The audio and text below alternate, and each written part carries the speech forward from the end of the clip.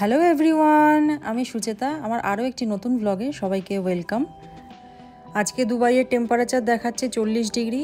বাড়ির ভেতরে থাকলে কিছুই বুঝতে পারি না, কিন্তু বাইরে এলে বোঝা যায় যে কতটা গরম।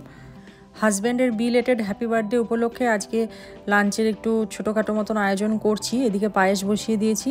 আগের বার যখন ও ব্যাঙ্গালোর গেছিলো তখন ওকে বলেছিলাম একটু গোবিন্দভোগ চাল নিয়ে আসতে। এই বিশেষ দিনগুলোই একটু পায়েসের দরকার পড়ে। আর কলকাতায় থাকতেই যখন শীতকাল ছিল তখন শাশুড়ি মা এই নলেন গুড়ের পাটালি কিছু পাঠিয়ে দিয়েছিল শান্তিনিকেতন থেকে। তো এটাকে আমি ফ্রিজেই স্টোর করে রাখি, তারপর দুবাই নিয়ে এলাম। আমি এমনিতেও শীতকালে যখন নলেন গুড় ওঠে সেই সময় আমি অনেকটা পরিমাণ পাটালি কিনে রেখে দিই। প্রায় 1 বছর মতো আমার চলেও যায়, কারণ পায়েস তো আর সব সময় হয় না, বিশেষ দিনগুলোতেই পায়েস করি। আর নলেন গুড়ের পায়েসটা খেতেও খুব ভালো লাগে, সেই জন্য আমি প্রায় সারা বছরের জন্যই নলেন গুড় ফ্রিজে স্টোর করে রেখে দিই। পায়েসটা হয়ে গেছে, ওদিকে একবার ডাকছে, দেখে আসি ও কী কী নিয়ে এসছে ইন্ডিয়া থেকে।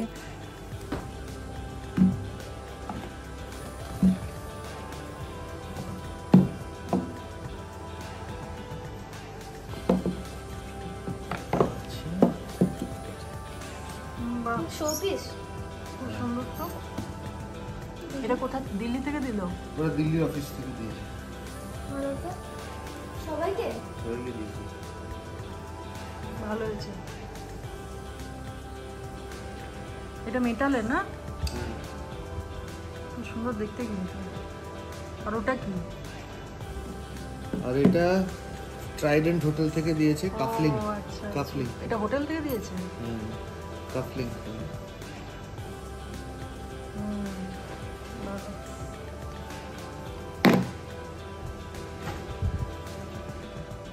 গিফটে গিফটে ঘর ভরে যাচ্ছে। ওটা কি? এটা হচ্ছে আগ্রা পিঠা। ওয়াও, পেড়া নয় কিন্তু পিঠা। আচ্ছা, এটা মাইসোর পাকের মতন লাগছে তো উপর থেকে। ও আচ্ছা আচ্ছা, বুঝতে পেরেছি। এটা ওই আমাদের হ্যাঁ, কেকের ভেতরে থাকতো আগে। কেকের ভেতরে থাকতো ওই মোরব্বা টাইপের। তার উপরে ক্রিম লাগানো, ভ্যানিলা ক্রিম। ভালো। ডাগরার। এটা আগ্রা। ওই তো যেটা তুলেছিল না, ওটাই না? এটা কি? খেয়ে দেখো। ছেলে টেস্ট করে বলল খুবই মিষ্টি, সেজন্য আমি ছোট্ট একটা পিস নিয়েছি। শুনলাম এই আগ্রার পেঠাতে নাকি কোনো রকম চিনি ব্যবহার করা হয় না, পুরোটাই নাকি মধু দিয়ে তৈরি হয়।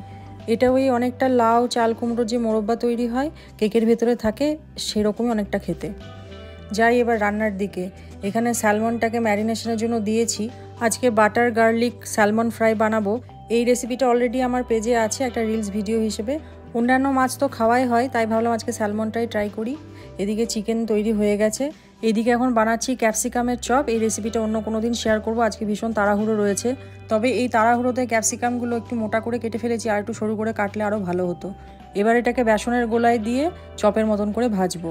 আমার ছেলে ক্যাপসিকাম একদম খেতে চায় না, মানে রান্নায় যদি দেখতে পেয়ে যায় তো তাহলে আর খেতে চায় না, এমনি লুকিয়ে দিলে ঠিক আছে।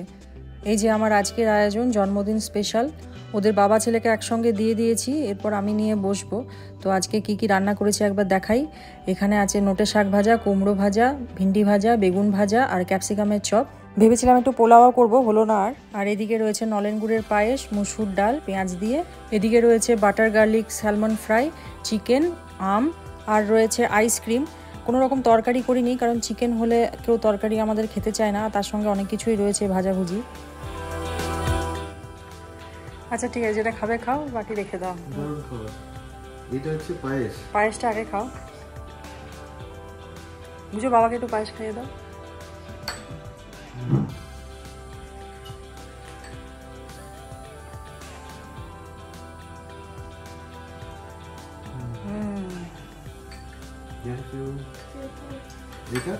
এটা হচ্ছে ডাল, এটা হচ্ছে স্যালমন, চিকেন, আম, আইসক্রিম, আর ওইদিকে আছে তোমার ভাজার মধ্যে শাক ভাজা, কুমড়ো ভাজা, ভিন্ডি ভাজা, বেগুন ভাজা, আর এটাই ক্যাপসিকামের চপ। শুরু করি? হ্যাঁ, শুরু করো। ভালো হয়েছে? কোনটা ভালো লাগছে আগে বলো। স্যালমনটা ভালো লাগছে খেতে? না, শুধু খেতে পারো।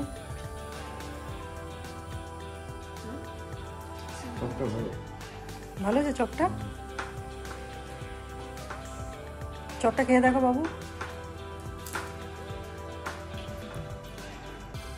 তোমার জন্যই বানালাম ওটা আমি। তুমি ক্যাপসিকাম খেতে পছন্দ করো না বলেই বানালাম। হ্যাঁ, তোর জন্যই তো বানালাম, যাতে তুমি ক্যাপসিকামকে ভালোবাসো।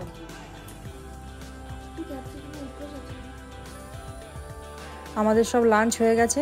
হাজব্যান্ড অফিসিয়াল ট্যুরে দিল্লি গেছিলো, তো ওরা একটা রবিবার দেখে সব অফিস কলিগরা মিলে তাজমহল দেখতে গেছিলো। তো সেখানকারই কিছু ফটো এভাবে অ্যালবাম করে দিয়েছে, তো সেটাই এখন দেখতে বসেছি। আমার এমনিও ফটো অ্যালবাম দেখতে ভীষণ ভালো লাগে। যতই মোবাইলে ফটো দেখি না কেন, এই অ্যালবামে ছবি দেখার মজাটাই আলাদা। আমার মতন আর কারা কারা এরকম ফটো অ্যালবাম দেখতে পছন্দ করেন অবশ্যই কমেন্ট করে জানাবেন। আর তার সাথে আজকের ভিডিওটা কেমন লাগলো সেটাও কমেন্ট করে জানাতে ভুলবেন না। ভালো লাগলে অবশ্যই একটা লাইক আর শেয়ার করে দেবেন। দেখা হবে খুব তাড়াতাড়ি পরের আরেকটি নতুন ব্লগে। সবাই খুব ভালো থাকবেন, সুস্থ থাকবেন আর অবশ্যই আনন্দে থাকবেন।